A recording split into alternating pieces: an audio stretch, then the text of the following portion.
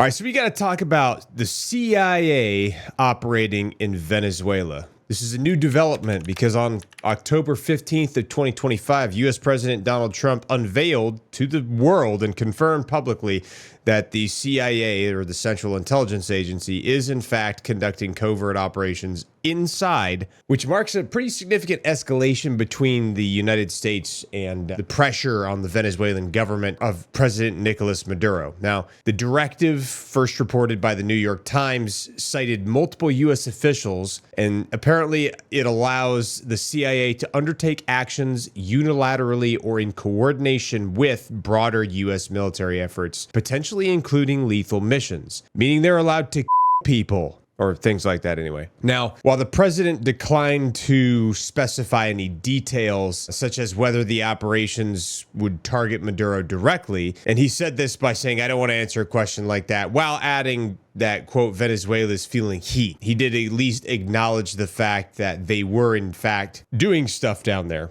Now, the president explicitly linked the authorization to two key factors, and one of them being Venezuela's alleged policy of, quote, emptying their prisons into the United States, end quote. The releasing of criminals and individuals with mental health issues to destabilize the United States via migration. And two, the heavy flow of drugs into the U.S. from Venezuela, particularly through maritime routes that are controlled by the cartels. Now, he framed these operations as part of an ongoing, quote, non-international armed conflict, end quote, with drug trafficking organizations, which the administration has designated as, quote, unlawful combatants and narco-terrorists. Like, for example, you guys are probably aware of the State Department classifying them as foreign terrorist organizations, all of these different cartel organizations. So what that does is it allows the U.S. military the authorization to conduct military kinetic strikes on them. So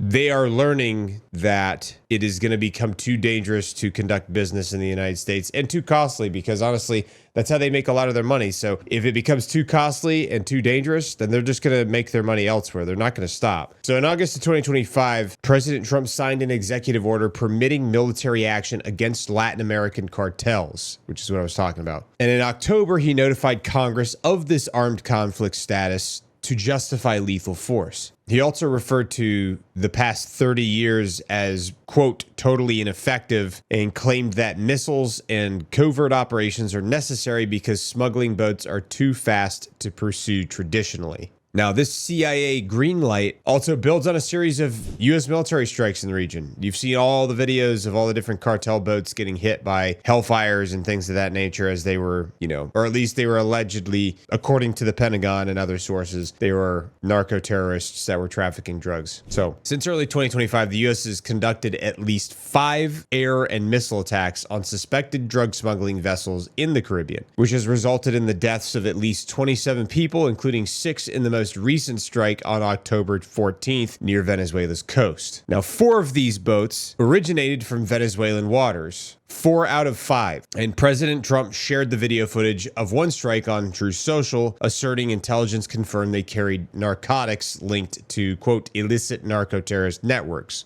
Now, the administration has deployed significant naval and air assets along with about 4,000 troops to the southern Caribbean, prompting both U.S. and Venezuelan forces to bolster positions along the sea. The president's also indicated a potential shift to, quote, land operations in Venezuela to further disrupt trafficking, stating that, quote, we are certainly looking at land now because we've got the sea very well under control, end quote. Now, some of the reactions to this authorization of the use of the CIA within Venezuela have been interesting. So, for example, the Venezuelan government, specifically, like Maduro, the president, which, by the way, my personal opinion, you can choose how you feel about it. I think that Maduro is a illegitimate president because obviously he used force to prevent his opposition from winning because she was overwhelmingly popular compared to him. So, but he had control of he basically strong-armed the government into allowing him to stay in power. You can believe whatever you want. I would do some research on it and look into the most recent elections there. But anyway, back to this. I don't want to get off track too bad. So, like I said, Maduro condemned the U.S. actions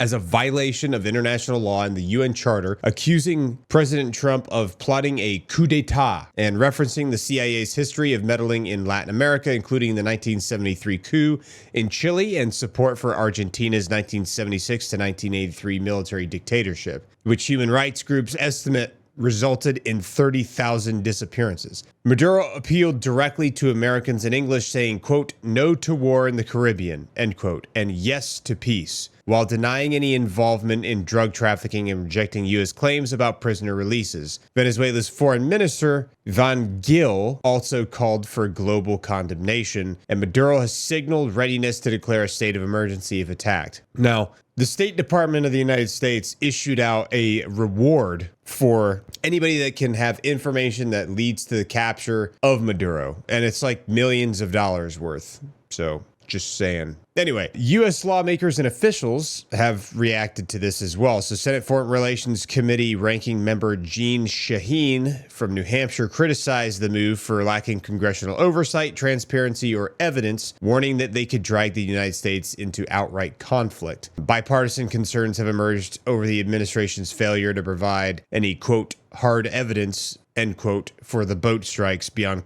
unclassified social media videos and the unilateral declaration of armed conflict with cartels. Two anonymous U.S. officials expressed frustration over the opaque decision-making process, though they didn't identify themselves, probably because they're concerned of retaliation. Who knows? Some human rights and legal experts have labeled the boat strikes as, quote, extrajudicial executions, end quote, arguing that they violate international law by treating drug traffickers as combatants without due process, which you guys can make your decision about how you feel about it. But I will say a result of this that I could see happening would be that the cartel will be like, well, it's obviously too dangerous for us to continue doing this because we just keep getting our ships blown up and we keep losing people. And it is a vicious response. And eventually they're going to get the idea where they're like, you know, maybe we should stop doing this altogether because it's not worth the money. It's not worth the personnel we keep losing. And we can tell they're getting serious, you know. And then they'll just find somewhere else to take it, or they'll try to find a way to take it through the northern border through Canada instead, which I could see them doing. I think I've heard people talking about them doing that as well. But again, like as far as like whether or not you think that that is legal or right, you can decide that for yourself. That's just something I think they're going to think about it. When like if you put yourself in their position, they're going to view that as like, I don't know if this is sustainable. But like I said, you can decide how you feel about it, regardless, like whether or not you think it's right or wrong or anything like that. Some broader international concerns are that the actions have heightened fears of regional instability, with Maduro drawing parallels to U.S. interventions in Afghanistan, Libya, and Iraq. And then there's also legal scholars that have been questioning the invocation of wartime powers like the 1798 Alien Enemies Act for migrant-related claims. Now, there's been all kinds of different reactions on the internet. Some people are kind of alarmed by this. There's a lot of people that are throwing around sarcasm because it's like the stereotypical thing to do is to send the CIA into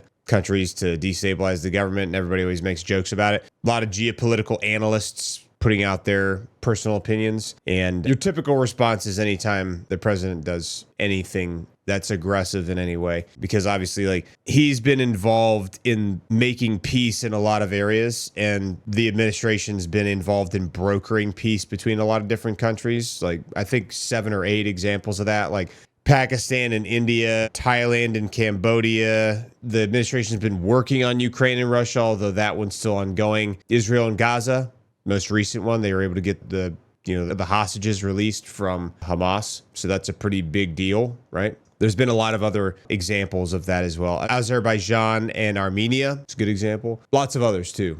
There's some African countries as well. I think the Congo or Rwanda. I would look it up and check. There's a few others, but anyway, because of the fact that it like set a trend as being like the man who wants to stop wars, However, he's showing a very hardline approach to the cartels. I think has to do more with the fact that he's, or at least the administration appears to be more focused on the home front and the homeland, as far as like, hey, this is a direct threat to the United States because the previous policy for the border was so bad that it's had a significantly negative impact on the United States directly. And this is one of the things that he ran on, was securing the border and stopping the flow of drugs into the country, stopping the flow of illegal immigrants, especially violent ones and major offenders. So this is him and the administration kind of delivering on that. While the 2025 authorization of the CIA's use in Venezuela is the first explicit public confirmation, his first administration kind of laid some aggressive groundwork for regime change down there without confirming CIA specific directives as well. Because when asked about it in 2017 about invading to seize oil reserves, he repeatedly refused to rule out military intervention, which, by the way, that was an idea of his advisors at the time, including H.R. McMaster and Rex Tillerson, which ultimately was rejected in favor of sanctions. And then in 2019, the U.S. recognized opposition leader Juan Guaido as the interim president and imposed crippling economic sanctions and offered a $15 million bounty for Maduro's arrest, which was later raised to $25 million. Now, some high-level discussions revealed in John Bolton's 2020 memoir showed that the president viewed an invasion as, quote, cool for its resources, though Mike Pompeo and Mike Pence opposed it. Now, that's what John Bolton said. So that's according to John Bolton. Whether or not he was being truthful or not, well, that's something that you can decide for yourself. You can, I mean, based on how you feel about John Bolton. But that's something that he claimed in his book.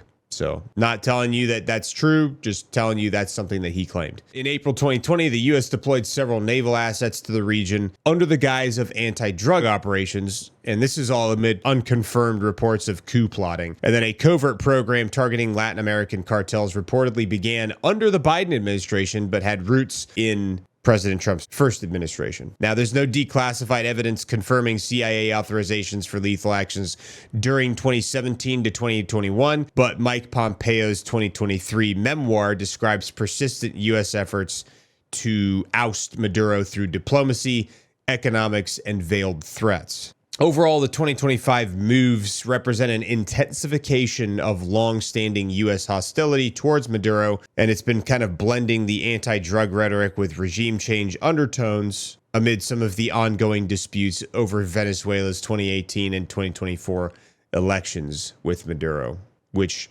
many people view as illegitimate.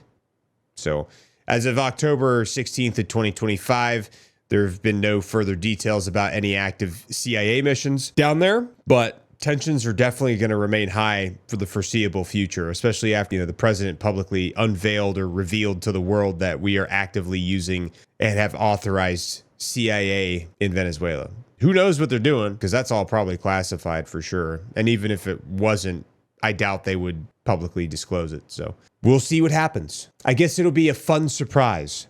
Did you know that Finland has like 50,000 bunkers across their whole country that they were mandated to build by their government? So apparently Finland maintains one of the world's most robust civil defense infrastructures that was likely shaped by its historical proximity to Russia during the Cold War and recent geopolitical tensions in Europe following the Russian invasion of Ukraine in 2022. Now, the system emphasizes population protection through shelters and also personal preparedness, including things like having emergency food supplies for 3 days, for example. Now, this was kind of like mandated by the government, but apparently Finland has a pretty extensive civil defense network designed to protect civilians from military threats, including explosions, building collapses, blasts, radiation, and hazardous substances like chemical or biological agents. These shelters typically feature reinforced concrete construction, air filtration systems, and provisions for basic utilities like ventilation and water supply. As of the most comprehensive census in 2022, Finland has 50,500 civil defense shelters capable of accommodating up to 4.8 million people, which is approximately 85 to 87% of the country's population of 5.5 to 5.6 million people.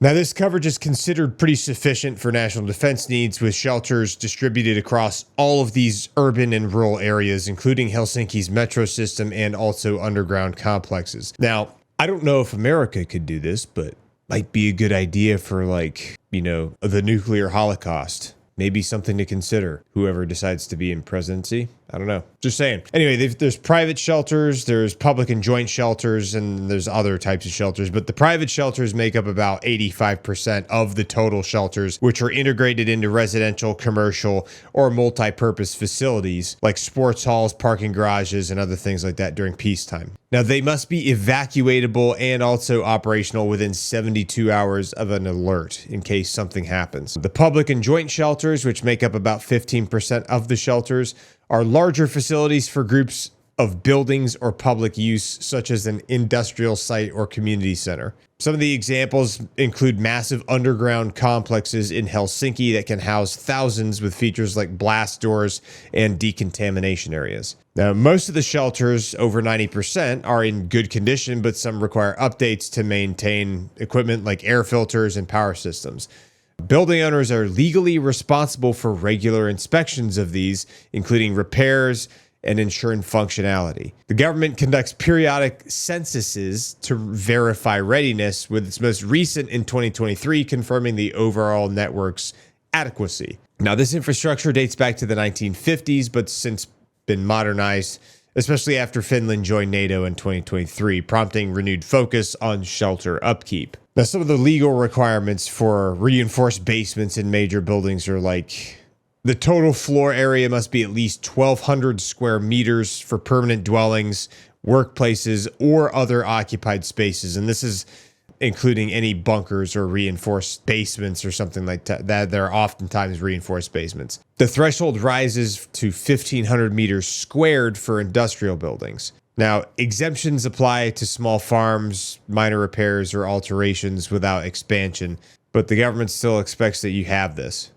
unless you're a farmer or something. Now, under Government Decree 408/2011 on civil defense shelters, the shelter must be at least 2% of the building's combined floor area.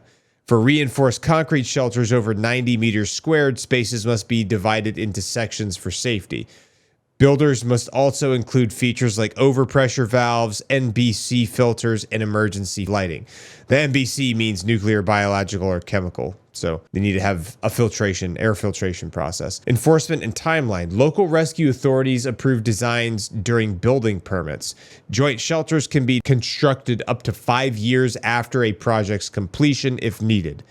The new Building Act, which is effective January 1st of 2025, streamlines permitting but retains these shelters' mandate, emphasizing low-carbon materials without altering core requirements. The policy ensures that, quote, major buildings, any apartment blocks over 3,000 cubic meters, automatically contribute to the national shelter network, making protection accessible without separate public facilities. Also, there's some citizen requirements as well. You're supposed to have 72-hour emergency supplies, like mandated by the government. They promote personal and household preparedness through the 72-hour model, which is a nationwide campaign to build resilience against disruptions like power outages, cyber attacks, or military crises. However, this is not a legal requirement for every citizen. It's just a strong recommendation from authorities. So they're not like saying you have to do this, but they are highly recommending that you do this. So households are encouraged to prepare for 3 days of independence, focusing on essential things that don't require cooking or electricity. Specifically, the goal is to reduce strain on emergency services and allow time for official aid to arrive, given a situation if an emergency arises. Basically, what they want is at least 9 meals per person, which is 3 days worth, ready to eat or easy to prepare, non-perishable things like canned goods, energy bars, dried fruits, and baby food if needed. And also, they expect you to rotate stock to avoid waste. They also expect 6 liters per person per day of water, which would be 18 liters total, bottled or in clean lidded containers, including purification tablets as well if you have them. They also talk about having first aid kits, basic bandages, hygiene items, and masks for infections. Now, the model's promoted via apps, websites, and annual awareness campaigns. It's also integrated into school curricula and workplace training. Now, it's not enforced by fines, like I said, but non-compliance could indirectly affect national readiness, according to the federal government over there. Now, there's a lot of European strategies across the whole EU that are kind of echoing the same practices in their respective countries, advising all Europeans to adopt similar stockpiles amid the rising hybrid threats. So basically, bottom line is Finland mandates that infrastructure or shelters are in buildings, but they ask that their citizens be prepared and have the right supplies if there is an emergency that takes place. Apparently, if you want to find out more details about this, you can go on to the Ministry of Interior's site for Finland, and they'll tell you exactly what you need to have. All right, guys, that's it for the daily roll-up for today. I appreciate you watching the video until now. Believe it or not, it does actually help support the channel if you watch the video all the way through, because it helps promote it in YouTube, and YouTube promotes it in the algorithm if people are retained and watch the video from beginning to end. So thank you so much for watching. Another way you can support the channel is you can like this video, you can leave a comment in the comment sections below, or you can share this video with your friends. So please let us know what you thought about this video in the comment section below, and we'll see you in the next video.